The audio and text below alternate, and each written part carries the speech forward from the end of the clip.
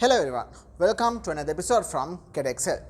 Today we are going to talk about how we can find the enthalpy changes using experimental data.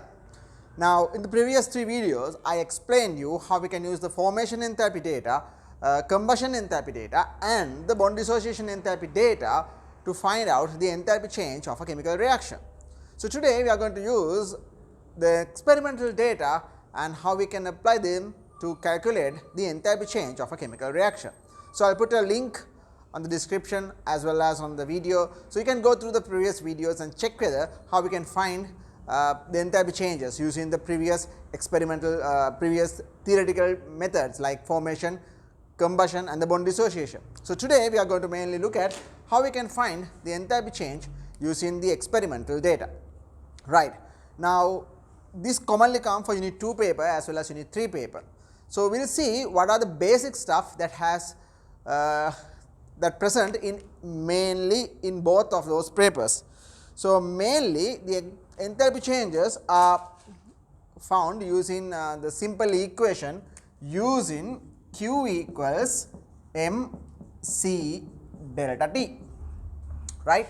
You have to know this equation, and delta H is always equal to Q divided by N. So these are the only two formula we use to find the enthalpy change using the experimental data. So I will explain them what each of these expressions. So we will see how we can use them. Now delta H or delta H standard, we can say this is a standard enthalpy change per 1 mole of a substance, so Q over N. Now in this case Q equals mc delta theta, you have to remember m is always mass of the solution. That is really important. M is mass of the solution. For example, you have 25 cubic centimeter of copper sulfate solution, you add in 5 grams of magnesium, but remember we never consider that 5 grams in this calculation because it is a solid. We always use the mass of the solution. So to find the mass of the solution, we use the equation density into volume, right. This is density. For most of the calculation, density will be 1. Density is 1 gram per cm cube. Therefore, m is equal to the volume. So most of these cases, we use the volume of the solution to calculate Q. Normally it is mc delta T, but we normally use Q, that is the first thing. We normally use the volume V. Then C is called as specific heat capacity. We always use it for water, which is 4.18 joule per gram per Celsius. Some cases we might use 4.2, but mostly we use 4.18. That is the second thing. And the last one is delta T, that is temperature change. Remember, it is temperature change. So we measure the temperature change during the chemical reaction. So using the temperature change, specific heat capacity of water, which is always 4.18, and the mass of the solution, we can find the energy given out or energy absorbed during this reaction. Then how do you can find the delta H? Delta H is that value you obtain Q should divide by the number of moles. So how do you find the number of moles? So N equals simple M over capital M, that is the one equation we always use, or concentration equals amount over volume. So from there also you can calculate this N, right. And remember, if you have more than 2, always you will be given the data for more than one substance. So when you substitute this N for this delta H standard value to find, it should always be the minimum amount or the limited reagent. So you have to find the N of, if you have 2 reactants, both of them reactants, and then you have to substitute the limited reagent to the calculation. So that is the basic idea in all of them. In experimental data, we can find the enthalpy changes in many occasions, such as we are going to find the enthalpy change of displacement reaction, combustion reaction, thermal decomposition reactions, neutralization reactions, like a lot. But all of them, the common idea is this: Q equals mc delta T, and delta H equals Q over N. N equals mass or molar mass, or we can use C equals NOV, so N equals C into V. So we use them and this formula to find the enthalpy change of a chemical reaction. So we will see what are those common enthalpy changes we can find using this method. Right. So in this experimental data, we have commonly 3 or 4 question types that have come. Right. We will see what they are. The first one they normally ask is finding the enthalpy change of displacement reaction.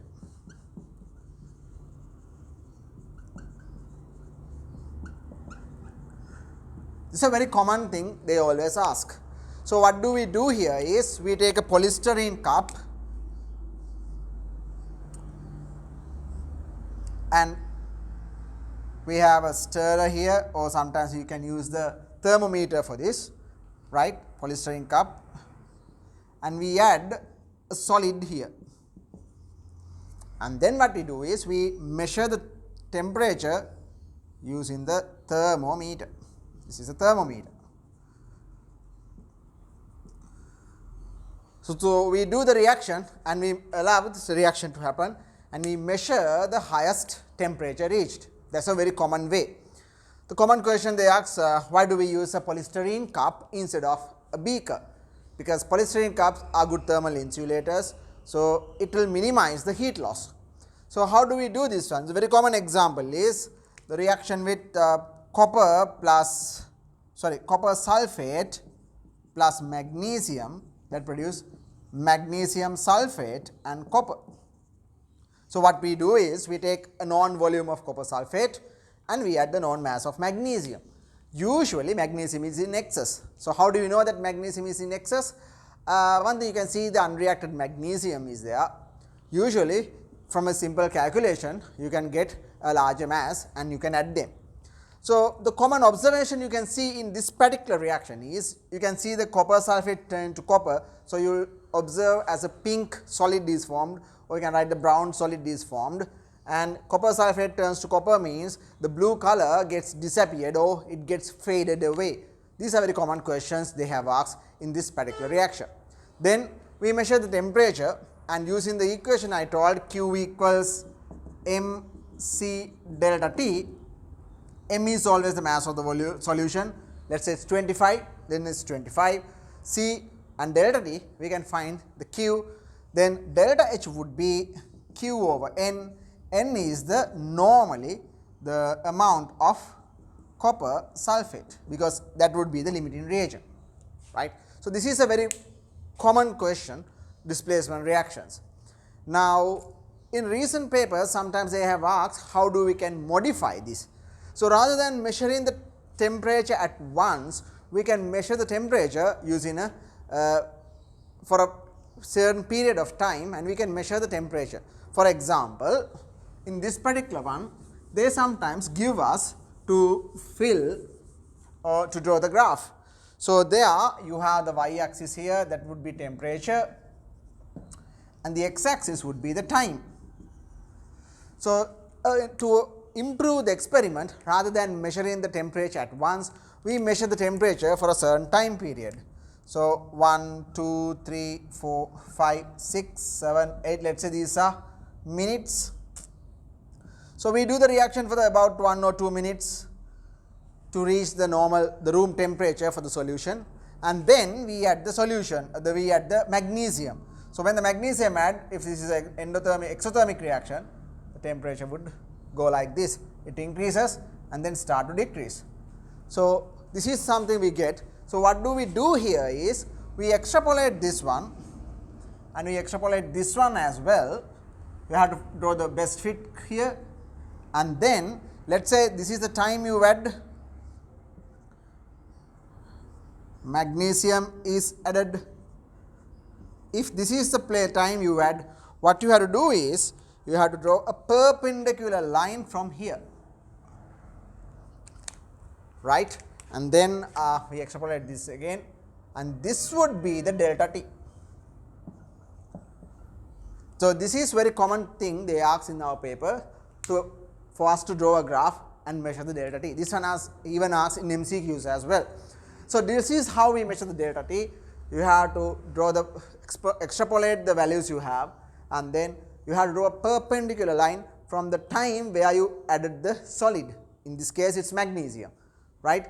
So, and that delta T value comes like that. We say this as a cooling correction, right. We measure the delta T and we get the proper value or a better results than just measuring the temperature after some time. So, this is how we measure the delta T in these particular reactions. Not only this, but also the other reactions also. If you can do the reaction like this, measure the temperature like this, it would be much better and it will minimize the errors of the reaction. So, this is how we do. So, that is how we measure the enthalpy change of displacement reaction.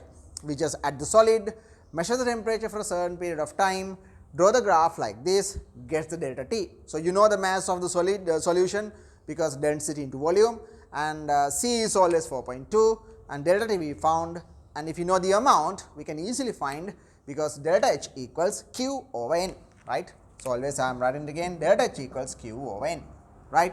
So, this is how we find the enthalpy change of displacement reaction, right. So, we will move on to another common one. Another common one is a neutralization reaction. So, second one I will write here.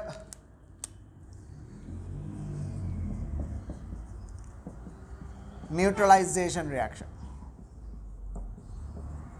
So, in neutralization reaction, it is a fixed reaction. OH minus aqueous reacts with H plus aqueous to produce water. It's liquid. It's a fixed reaction. Normally, this one has a minus 57 kilojoule per mole. But if you do in a lab, what we do is we take a beaker or polystyrene cup again, and we mix NaOH and we mix, let's say, HCl, and we stir it and we measure the temperature rise again. So, you can use the previous method again and we can measure the delta T. The only difference here is when you measure the Q equals mc delta T in this particular reaction, m is the total volume of the solution.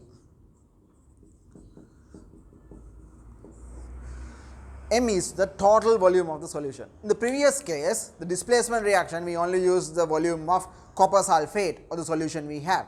But here, we had sodium hydroxide and HCl, and M is the total volume of the solution because the heat generated is distributed in the total volume, not just HCl, not just NaOH. So, you have to use a total volume in this particular case, right. C is again 4.2, delta T is what we measure. So, 4.18 let us say, delta T is the temperature change, and delta T is the temperature change, delta H equals Q over N.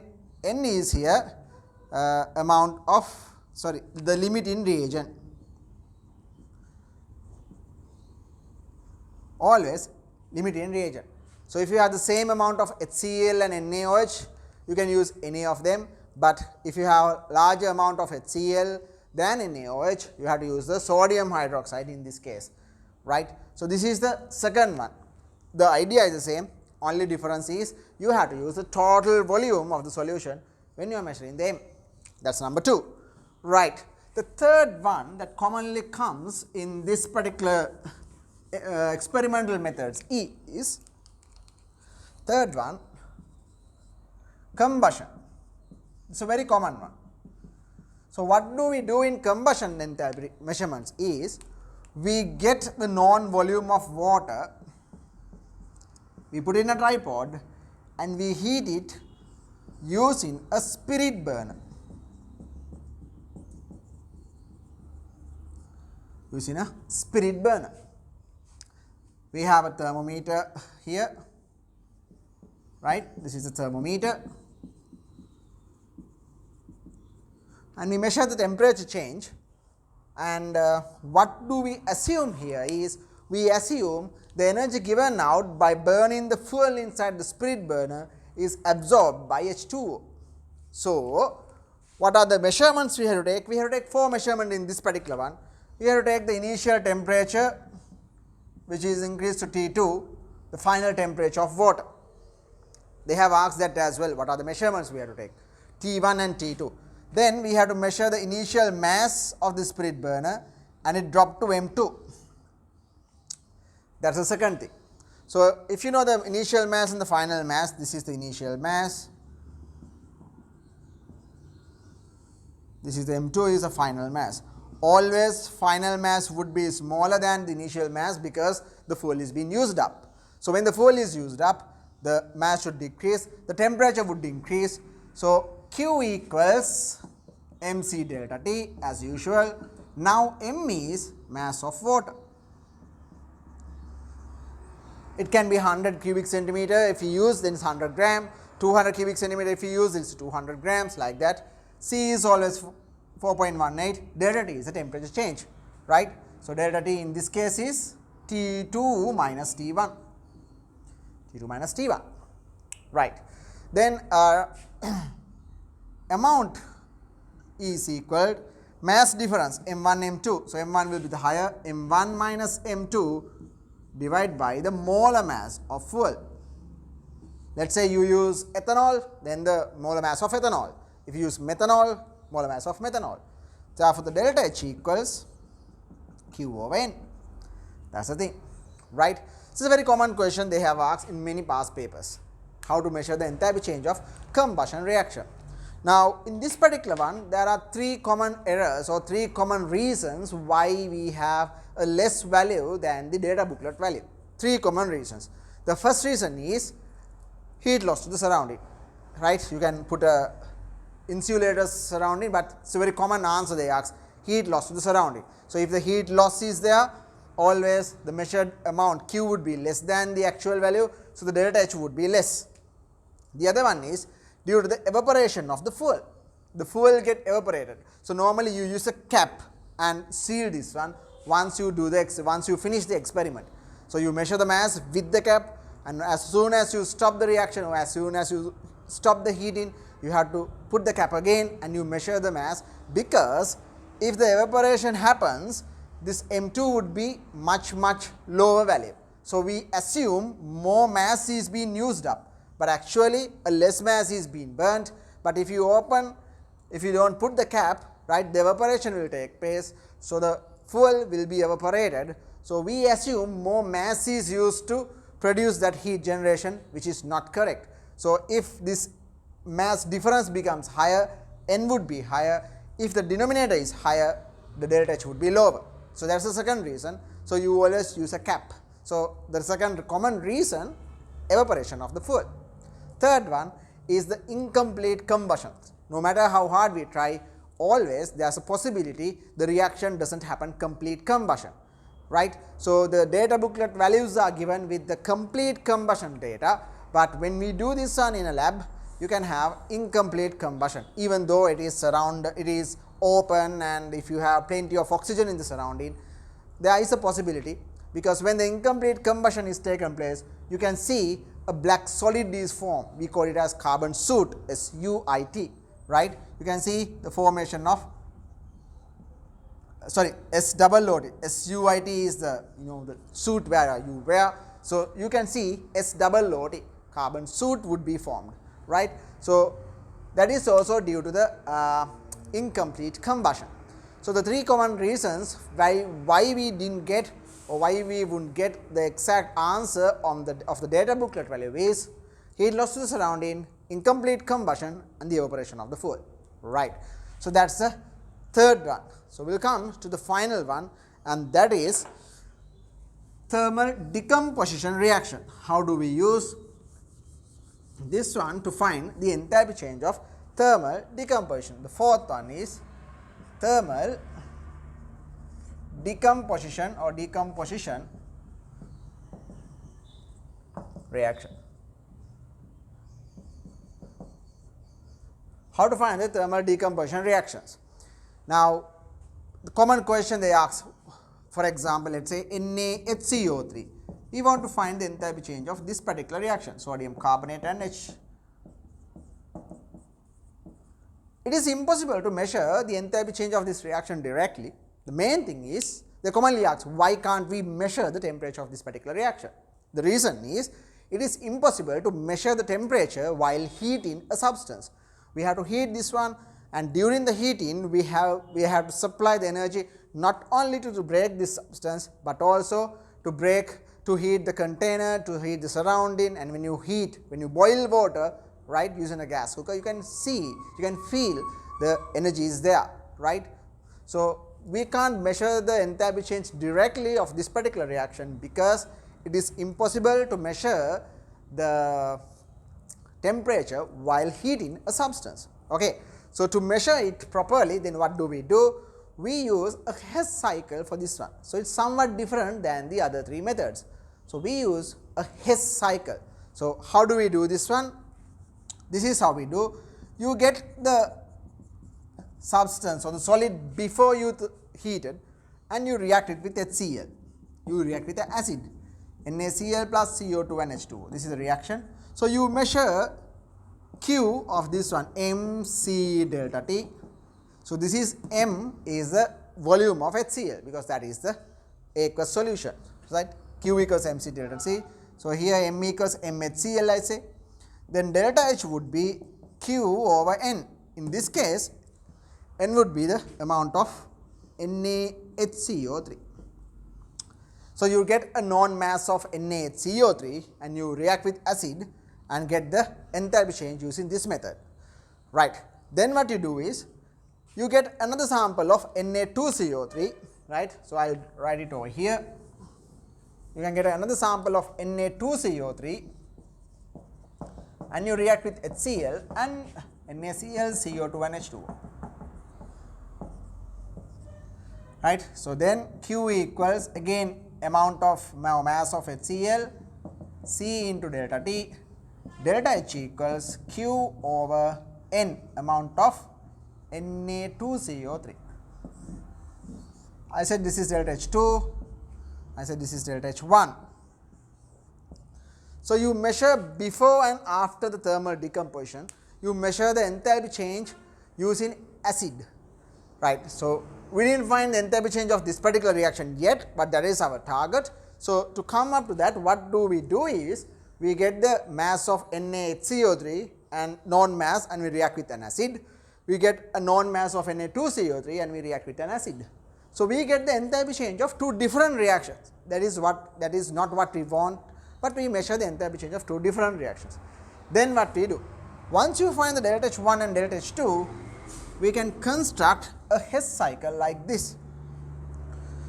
What is the reaction we want to find? NaHCO3 goes to Na2CO3, carbon dioxide and H2O.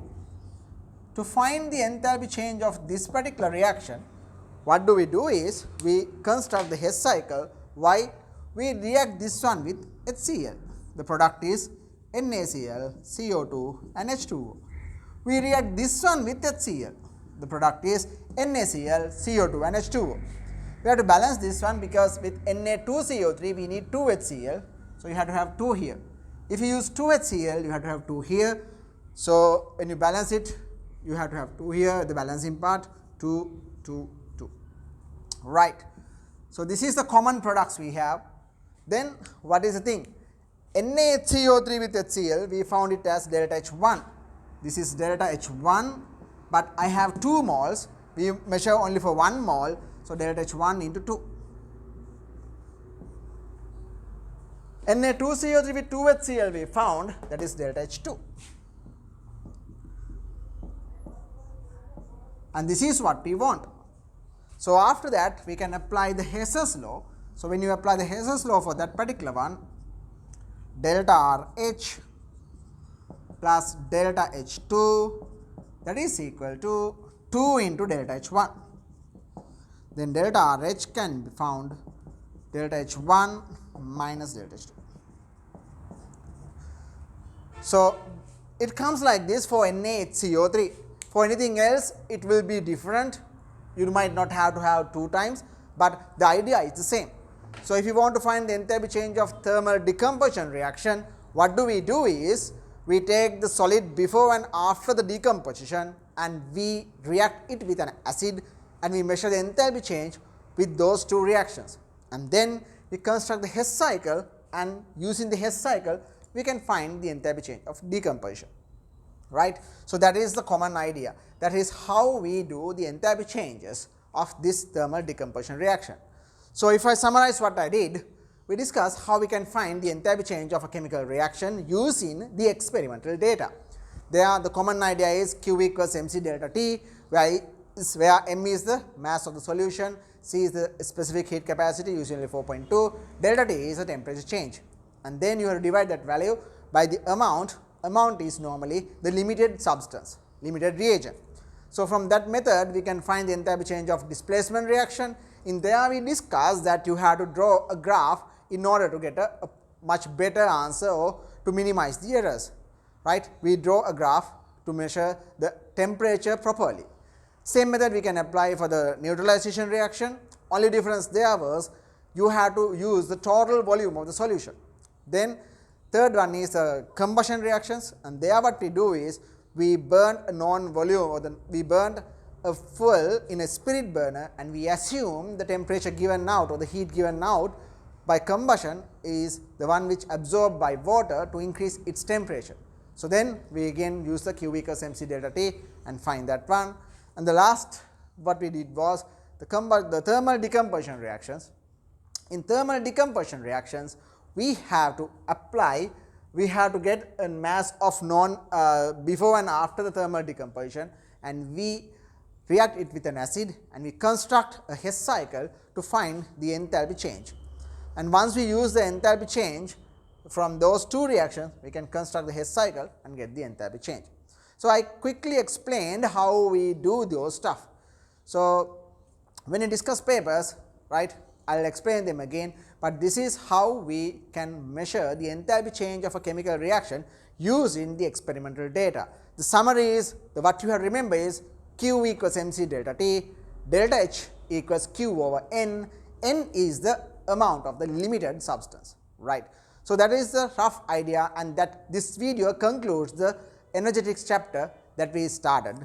So, I hope you can get some idea about that, and if you enjoy this, please give a thumbs up and consider subscribing. Thanks for watching.